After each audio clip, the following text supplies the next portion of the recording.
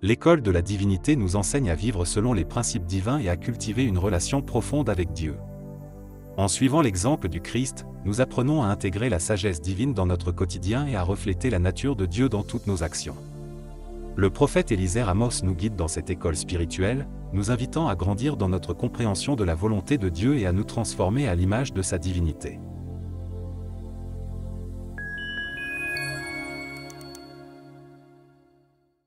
En Christ, vous êtes un enfant de Dieu, et Jésus-Christ est l'exemple parfait d'un fils de Dieu.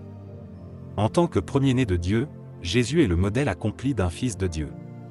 Vous êtes semblable à lui, comme le souligne 1 Jean chapitre 4 verset 17, tel il est, tel nous sommes aussi dans ce monde, c'est en cela que l'amour est parfait en nous, afin que nous ayons de l'assurance au jour du jugement. Jésus a défié toutes les lois naturelles, tout lui était soumis, et il parlait aux créatures, et tout lui obéissait. En Christ, Dieu vous appelle à vivre le même genre de vie que Jésus-Christ, à accomplir les mêmes œuvres que lui, et même à en faire de plus grandes, comme le dit Jean chapitre 14 verset 12, en vérité, je vous le dis, celui qui croit en moi fera aussi les œuvres que je fais, et il en fera de plus grandes, parce que je m'en vais au Père.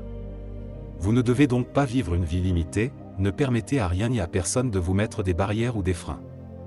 Si vous avez l'impression de ne pas vivre pleinement ce que la vie en Christ offre, que ce soit en termes de richesse physique, spirituelle, capacité ou puissance surnaturelle, c'est que vous êtes limité par des murs et des limitations mentaux que vous vous imposez vous-même.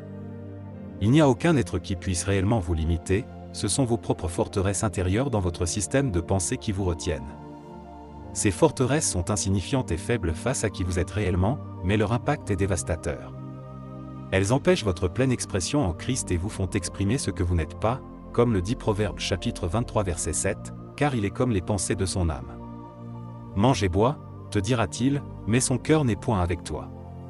Vous devez alors utiliser la parole de Dieu pour détruire toutes ces forteresses et aligner votre pensée avec votre nature en Christ, comme l'enseigne 2 Corinthiens chapitre 10 verset 5, nous renversons les raisonnements et toute hauteur qui s'élève contre la connaissance de Dieu, et nous amenons toute pensée captive à l'obéissance de Christ.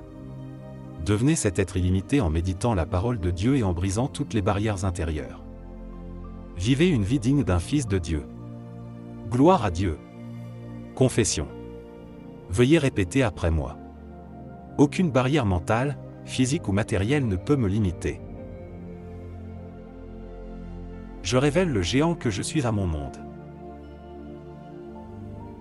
Tel le Seigneur Jésus-Christ et tel je suis dans ce monde.